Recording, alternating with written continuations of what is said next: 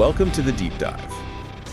Today, we are taking on a massive challenge. We really are. We're not just discussing strategy or, infantry tactics. We are diving into the gritty, logistical, and doctrinal puzzle of how you move and control an entire military division. And it's a huge puzzle. I mean, think about it. A division is basically a small, specialized army. We're talking tens of thousands of people, thousands of vehicles. And enough supplies to fill a small city. Exactly. And it's all moving across hostile terrain, often at, really high speed. That's absolutely right. And our goal here, as we get into this, is to give you, the listener, the essential knowledge to understand not just what a division does, but how it's even possible. The physics of it? The physics, the administrative power, all of it, everything required to execute that secure, timely, and successful movement. We're trying to translate some really complex doctrine into practical, high-stakes insight. So what's underpinning this analysis? What specialized sources are guiding this deep dive into force projection? Well, we've relied on a pretty robust stack of readings focused squarely on military logistics and force projection. Okay.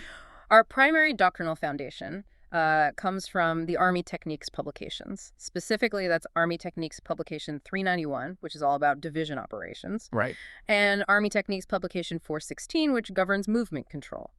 Then we've got Field Manual 390 for maneuver and Field Manual 394 on command structures. And you mentioned some outside analysis, too. We did, and this is crucial. We've integrated specialized analyses, including really detailed studies on moving heavy divisions and examinations of command philosophy, stuff like the operational art practiced by leaders like General James Mattis. And all these sources, they seem to establish this core, almost undeniable premise that we have to start with, which is movement is destiny.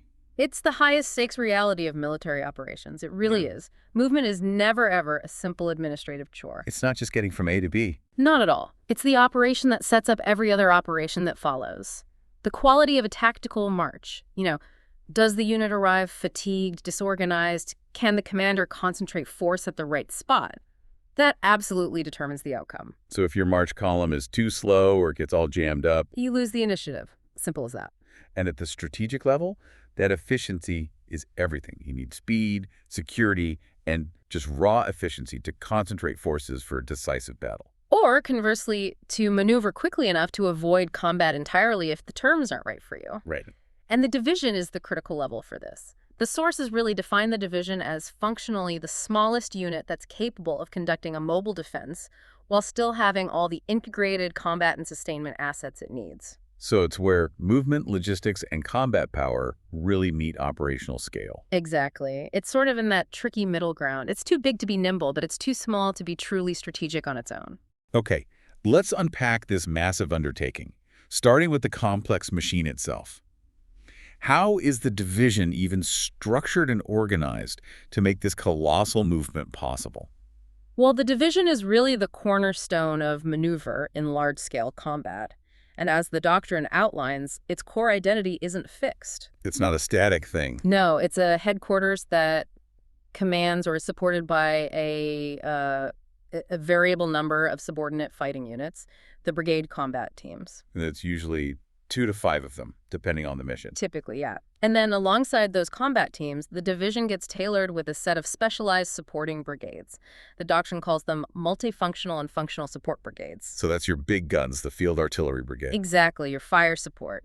The Combat Aviation Brigade for air maneuver and recon, and then those critical functional units like military police or the Engineer Brigade. And the division commander and that headquarters staff, they're the master integrators here. They're making sure all these different pieces are synchronized. That's their whole job. Everything from placing the bridge building engineers to timing the aerial reconnaissance, it's all tied directly to achieving the commander's objective. So what drives this tailoring? Because as you said, divisions are highly mutable. The one you deploy today might look totally different from one 6 months ago. And that's the key insight. They are inherently tailored forces. The higher command a corps or a theater army doesn't just hand the division a generic set of units. They tailor the force heavily based on the mission variables.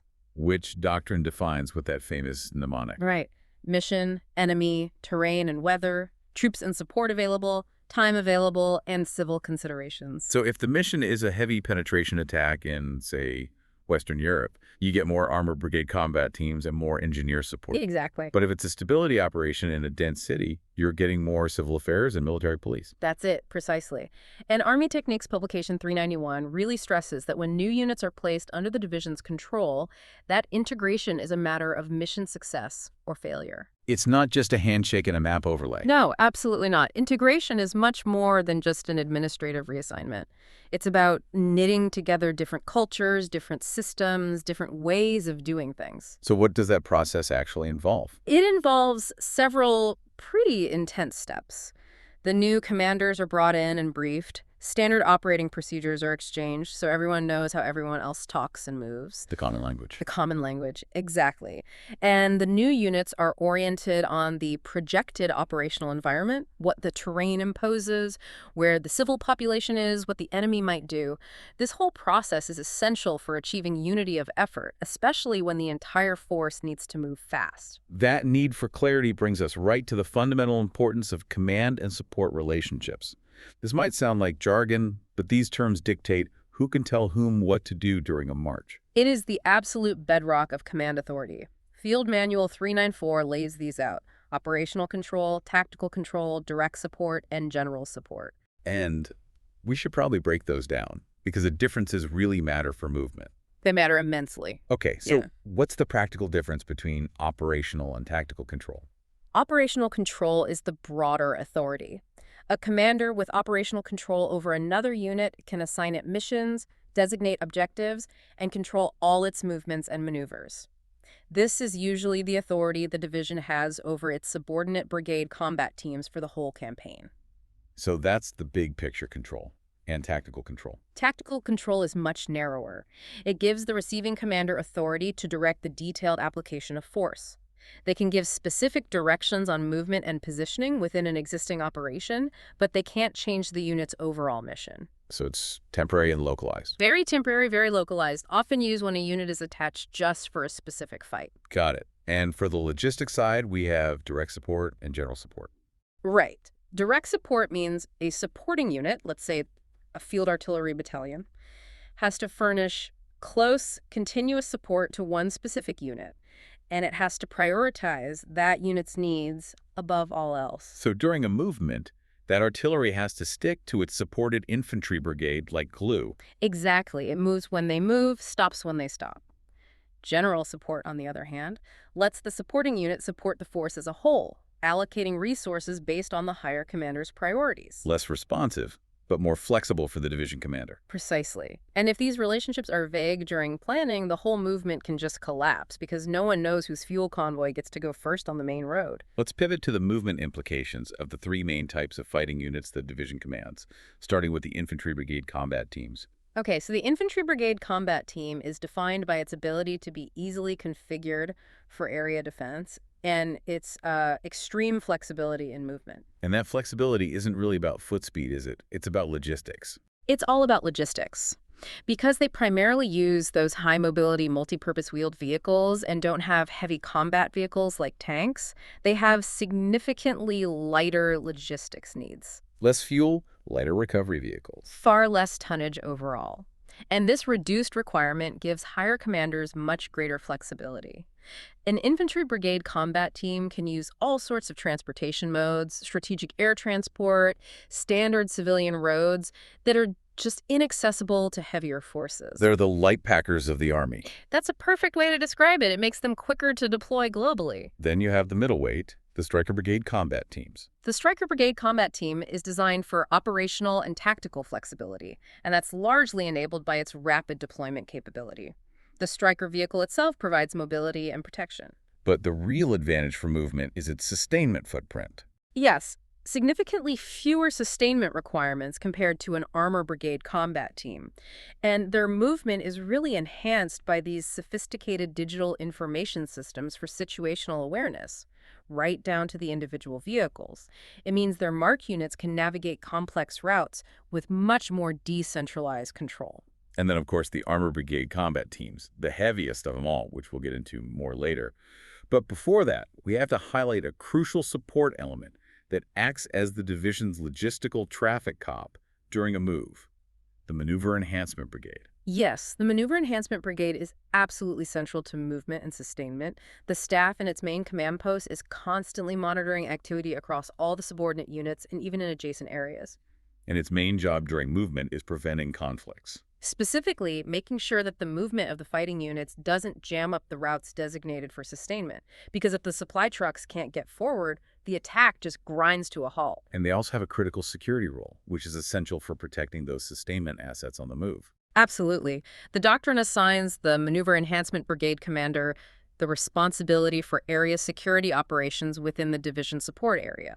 They designate protection standards, defensive readiness conditions for all units located there, and for units just passing through. So they're protecting the rear, the fuel, the ammo. All of it. Protecting those critical convoys from opportunistic threats or enemy deep attacks, they are absolutely essential. Okay, we've established the enormous scope and the precise organization. Now we move from the structure to the actual physical execution, the logistics engine that controls the flow. So how does doctrine formally define movement control? Army Techniques Publication 416 defines it as a dual process. First, it's committing allocated transportation assets, air, rail, road, sea. And second, it's regulating all movements according to command priority. Synchronize the whole thing. Exactly, to synchronize the distribution flow over the lines of communications. And you said earlier this isn't the job of just one unit, it's a network. It is. It's a network responsibility that spans from the highest theater Army headquarters all the way down to small, tactical movement control teams on the ground. The key is that synchronization. Making sure that when the unit needs to move from point A to point B, the trucks, trains, or ships are actually ready and waiting. And that the flow on the routes doesn't create some disastrous logjam. So within the division headquarters itself, who's the central coordinator for all this, linking the combat plan with the sustainment reality. That would be the division transportation officer. And their responsibilities are vast. I can imagine. They advise the commander on all transportation matters, they develop and publish the division's transportation policy, and they coordinate support across the entire staff. So they're constantly talking to the operations officer about the tactical march. And the logistics officer about the fuel, maintenance, and supplies needed for that march. The division transportation officer makes sure that guidance on transportation flows everywhere, so that when the order is finally cut, the physics of the movement have already been factored in. Now, when we talk about strategic deployment, moving a division overseas, the process is broken down into phases. Can you walk us through the initial ones? Sure. The sources outline two major phases of strategic movement that every division has to plan for meticulously: fort to port and port to port. Let's start with fort to port. That's the movement from the unit's home base, its fort, to the point of embarkation, the port. This sounds purely administrative, but it must be high risk. Oh, it is intensely complicated. This stage is triggered when they receive either the Air Force Air Mobility Command Air Tasking Order or the Army Surface Deployment and Distribution Command port call message. And that message specifies the exact arrival dates at the port. Right. And at that point, weeks of planning crystallize into action. So what's happening during this phase that requires so much detailed planning? Well, at the installation staging areas, every single piece of equipment has to be finalized. Unit movement data is verified against manifest databases. Every vehicle is inspected and configured for movement. So stowing antennas, checking fluids, protecting sensitive gear. All of it. And on top of that, the installation provides critical support. They coordinate non-deploying units or contractors to provide materials handling equipment, your heavy forklifts and cranes, and load teams to secure the cargo, and specialized maintenance teams to ensure zero breakdowns on the way to the port. Any delay there just cascades through the whole timeline? It absolutely does. And port to port. That's the strategic lift phase itself, the actual movement across oceans or continents by air or by sea. This is managed primarily by United States Transportation Command and its components. So the division's planning here is more about how things are loaded. Exactly. It's vital. They have to ensure equipment is loaded in a way that allows for rapid offloading and preparation for combat on the other side. It's a principle called unit integrity. Now, to regulate all this flow, once forces are in the operational area, doctrine uses a critical regulatory mechanism called movement credit. This is where bureaucracy meets the road. This is a perfect example of how administration controls physics. A movement credit is an explicit allocation granted to one or more vehicles. It's basically permission to occupy a section of a controlled route within a fixed time window. So units that need to move have to formally request and receive a transportation movement release, or a TMR. That's right. So a transportation movement release is basically a formalized traffic ticket that grants permission to proceed just to make sure the road doesn't become an immediate disaster. That is exactly what it is. The TMR is an alphanumeric request used as a key control measure to manage density and prevent congestion. It includes codes for the origin, the destination, the number of vehicles, the type of cargo, all of it. And without that clearance, Movement is explicitly forbidden on controlled lines of communication. If a division tried to move its entire 150-kilometer column without this system, the traffic jam would destroy their tempo before they even got close to the line of departure.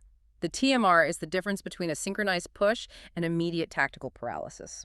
and that system points directly to the immense importance of route synchronization, especially in complex environments where multiple formations might be moving. Route synchronization is absolutely vital, especially over unimproved road networks, which are common in a lot of theaters.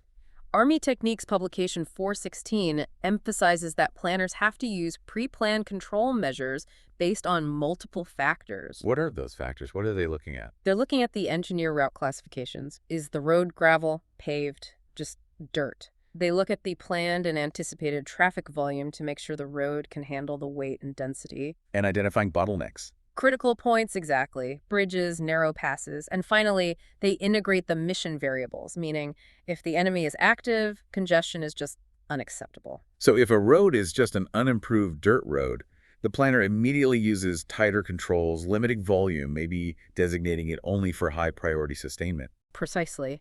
And these control measures have to be enforced rigorously by movement control teams and the provost marshal, the military police, to manage traffic and maintain accountability. It's a process that requires continuous coordination at all levels to monitor convoys in real time. To make sure changes from weather or breakdowns get communicated immediately. Right, to prevent bottlenecks from forming further down the column. Now, speaking of threats, moving assets on this scale creates a huge security vulnerability. We mentioned the Maneuver Enhancement Brigade, but what does doctrine mandate for overall security across the whole deployment cycle? Army Techniques Publication 391 reiterates the absolute necessity for coordinated physical security planning that covers all phases. It's a layered defense that starts before the unit even leaves home station. Tell us about those layers. Okay, so Layer 1 is security for assets moving to and waiting at the ports of embarkation. This means securing staging areas, ensuring port security standards are met. Layer 2 is security during the strategic movement itself, the port-to-port phase, which involves coordination with the military sealift or airlift providers. And Layer 3, once deployed, is route security within the operational area. Yes, and this is where the division commander retains core responsibility. The commander has to plan protection measures for all rail and highway movements, even if other agencies are providing some protection. So they're deciding when to use contractors versus their own unit guards. Right. The protection cell and the staff conducts threat assessments, and the planning has to coordinate with everyone from domestic law enforcement during the move to the port all the way to host nation security forces once they're overseas. It is a constantly evolving, massive security footprint. Okay, we now shift to the sheer physical reality of a division executing a march, especially a heavy division. The logistics were immense, but now we're dealing with the physics of the unit's footprint. What does scale actually look like on the ground? This is the concept that is so hard to grasp. The specialized analysis on moving heavy divisions highlights a staggering physical footprint. If you were to line up a fully constituted heavy division, all its tanks, fighting vehicles, support trucks, everything, in a single column for a road march, How long would it be? that column length can be approximately 150 kilometers. 150 kilometers. Yeah. I mean, that implies that when the front of the division is fighting, the rear of the division hasn't even started moving yet. That's exactly it. The sources point out that the entire division is rarely, if ever, in motion simultaneously. In a typical approach march of, say, 100 kilometers, the lead elements will already be halted in their attack positions or even crossing the line of departure. The start line for the attack. Right, before the trail units have even cleared their original assembly areas. The successful execution relies entirely on meticulously timed, staggered movements planned across hours or even days. So to manage this immense column, the force has to be logically organized for the march. Absolutely, down to the smallest element. Logistical organization requires dividing forces into standardized march units. And the analysis suggests a specific size for these. It does. A March unit should be of roughly equal size, ideally 20 to 25 vehicles. Why that number? Why 20 to 25? That standardized size is critical because it correlates directly to the capacity for rapid refueling and basic support. A logistics platoon knows it can efficiently service a 25-vehicle March unit during a short halt. So it makes column management manageable, predictable. And it reduces the chance of breakdown or running out of fuel for a whole segment of the column. It's all about maintaining momentum. Now, if the division is moving into an attack, the movement requirements become exponentially more stringent, specifically on route density. This is where the planning gets really complex. It really does. Doctrinally, to move a heavy division forward for a coordinated attack with acceptable speed and security, you just can't rely on one road. The lead maneuver brigades have to move on at least 2 designated routes just to get into their assembly areas efficiently. And that number jumps dramatically when they move from the assembly area to the actual line of attack. This is a point of immense congestion and vulnerability. To preserve fighting potential and prevent a catastrophic traffic jam at that critical moment, the operations officers have to ensure that moving the lead battalions from their attack positions to the line of departure requires no less than 6 distinct routes. 6 routes, all being used at the same time. Yes. And if the plan calls for 4 battalions to lead the attack, which is a common scenario for a major penetration, that requirement jumps up to 8 routes. And that density is necessary to manage travel time, deployment time. And just the seamless transition from moving to maneuvering. The commander needs to be certain that the maximum number of fighting vehicles arrive at the line of departure ready to fight, not stuck bumper to bumper miles behind it. Okay, let's examine 2 specific tactical execution methods that rely heavily on movement doctrine, starting with the classic, movement to contact. Movement to contact is the offensive task you use specifically when the enemy situation is vague. You know they're in the area, but you don't know their strength, their location, or what they're planning to do. So the goal is to develop the situation, establish contact. Right. And the priority is making that contact with the smallest feasible force, which is your forward security force, and then maneuvering the main body based on what that force discovers. And once that initial contact is made, the unit has 5 immediate tactical options. They can attack the enemy, defend in place, bypass the contact, delay the enemy to buy time, or withdraw. But crucially, the commander of that forward security force must have already determined a movement formation that gives them flexibility. To allow a rapid switch from a march formation to a combat formation. The instant the enemy's location is fixed. The second method is infiltration, which relies on completely different timing and controls because the goal is entirely different, moving undetected. Right. Infiltration is designed to move forces through enemy territory without engagement, and it takes considerable time. Control here relies heavily on specific, precise control measures, designated infiltration lanes, start points, and predetermined link-up points or rally points. So the challenge is minimizing your signature, noise, light, and time spent crossing danger areas. So what determines how far ahead the forward security force has to be from the main body during an infiltration? The security force has to be far enough ahead that the enemy can't move undetected between them. If the security force finds the enemy, they need enough time to deploy or divert the main body to another route without compromising the surprise or the secrecy of the whole operation. It sounds like a really difficult calculation. It is. It involves enemy reconnaissance depth, terrain characteristics, a lot of variables. And all tactical movement, it seems, culminates at the line of departure, that crucial transition point. The line of departure is the key control measure. Field Manual 390 defines it as the line designated to coordinate the departure of attack elements. It marks the precise point where the unit transitions fully from just movement to aggressive maneuver. And commanders have to pick that line very carefully. Very carefully. It should be selected so that the terrain right before it provides enough cover and concealment for the attacking unit's final deployment into its maneuver formation right before they cross the line and start the fight. It's the point of no return. In a sense, yes. We should pause here to contrast tactical movement with non-tactical movement because the entire risk calculus shifts depending on where you are. It's a huge shift. Non-tactical movement occurs only in secure areas where no enemy ground interference is anticipated. The goals there are pure speed, conserving fuel, and minimal wear and tear on equipment. It's just moving from one rear area to another. But once you're deployed into a theater of operations, units transition immediately to tactical movement. Right.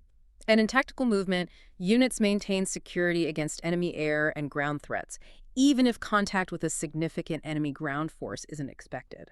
They have to be constantly prepared for immediate action. So that security requirement slows everything down.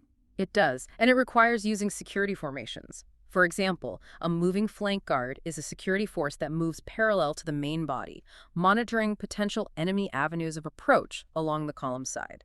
And what's required of that flank guard? It's not just watching. Not at all.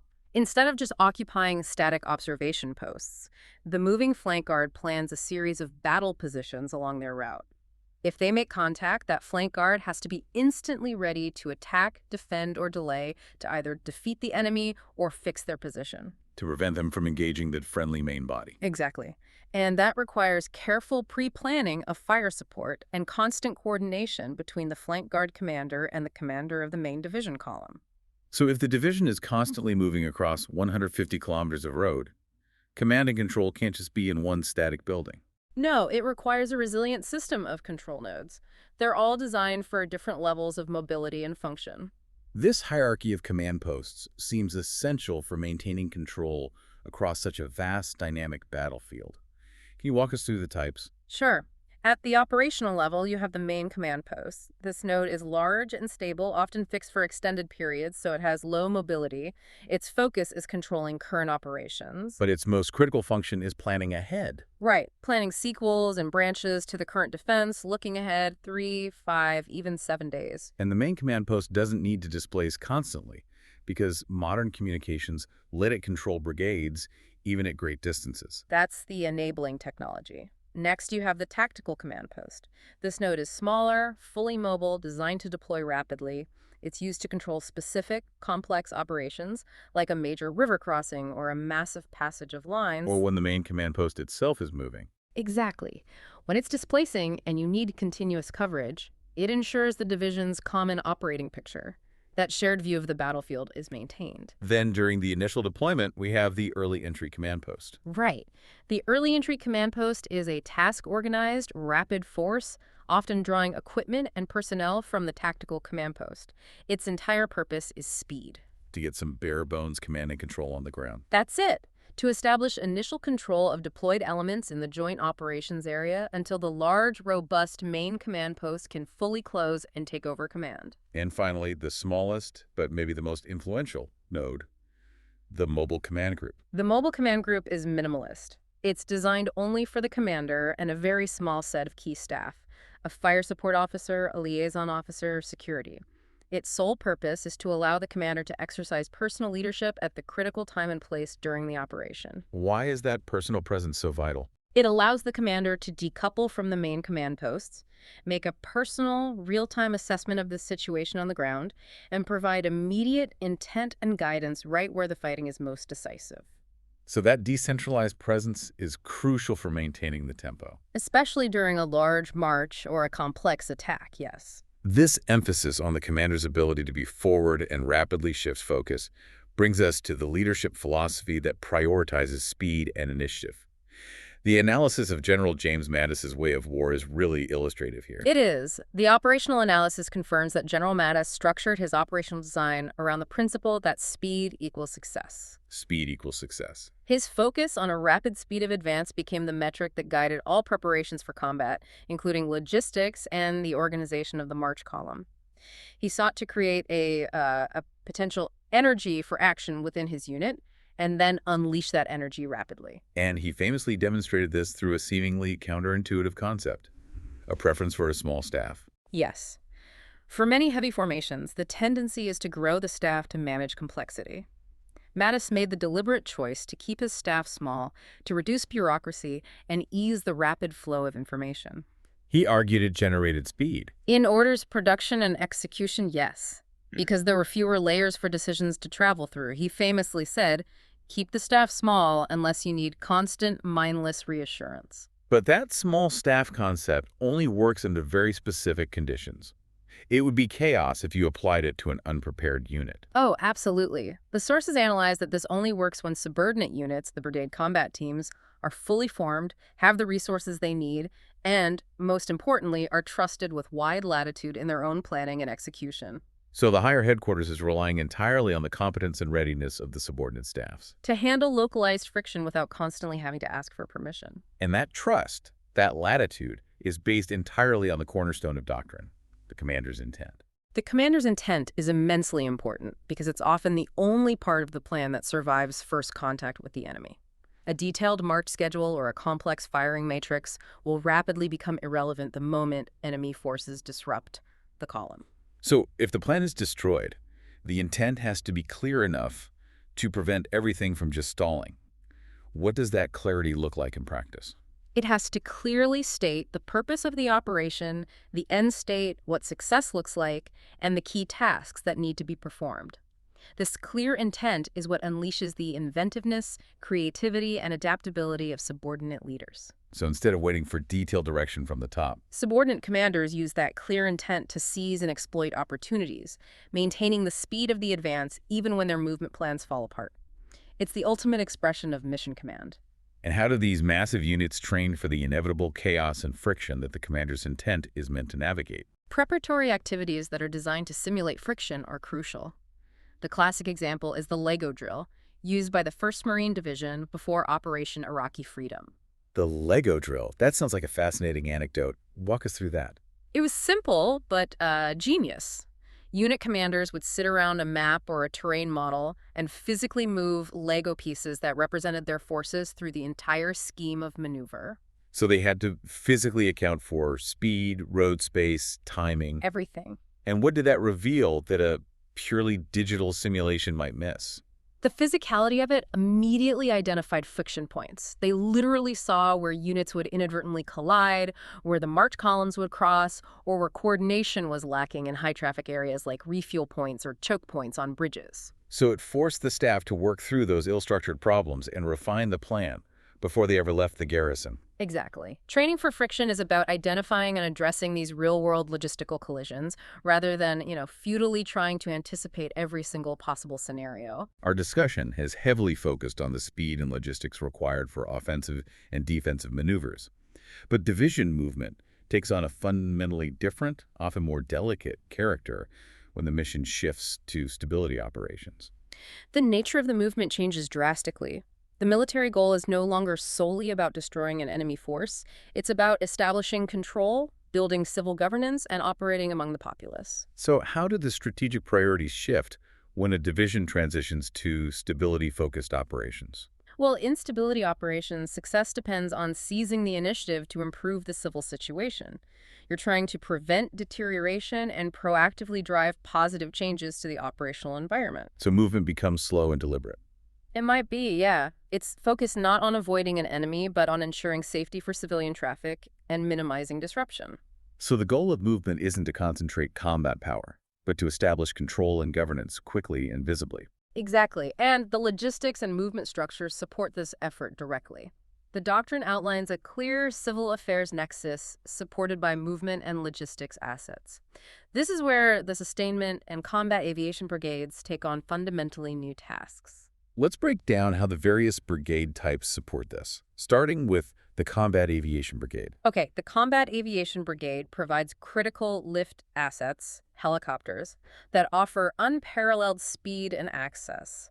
This support is tasked not just to move soldiers, but specifically to transport people from civil affairs units, as well as critical personnel from governmental and international agencies. So it provides humanitarian access and bypasses damaged civilian infrastructure, ensuring rapid delivery of governance. And the Sustainment Brigade moves from purely military resupply to public outreach support. So the contents of their cargo trucks change entirely. They do. The Sustainment Brigade provides logistical support not just to the division, but directly to civil affairs elements and authorized host nation or civilian organizations. And this involves a big change in the types of supplies. A profound change. They're now supplying Class 2 items, general supplies, clothing for host nation police, Class 4 construction materials for rebuilding, Class 6 personal demand items for morale, and crucially, Class 10 non-military materials, like specific medical or educational supplies, all to support public outreach and community rebuilding. So logistics repurposed for nation building. That's a great way to put it. And the Engineer Brigade, famous for breaching obstacles for maneuver, shifts its priority to rebuilding infrastructure. Yes, the Engineer Brigade provides essential construction support. Their focus shifts immediately to refurbishing critical civilian infrastructure: police stations, permanent traffic control points, courtrooms, detention facilities. They also use their planning expertise to find local sources of building material and technical expertise to aid in community rebuilding. Supporting the civilian economy as much as possible. Right. Movement in this environment comes with a unique, non-physical challenge: the global spotlight. This is maybe the biggest strategic shift. Unlike isolated combat, stability tasks are conducted among the people, often under the microscope of international news media and non-governmental organizations. So every action, every checkpoint, every soldier's interaction has potential far-reaching political effects. Yes, and protecting the information environment becomes as important as physical security. The division has to tailor information to enemy, friendly, and neutral audiences. A single clumsy movement, an overzealous security measure, or an unaddressed rumor can be immediately exploited by enemy forces. Undermining the entire civil stability effort. Right. The division's goals include reassuring, persuading, and influencing the local population to consent to stability and reconstruction. Finally, what does this new environment require in terms of training the individual soldier who is now responsible for these high-stakes interactions?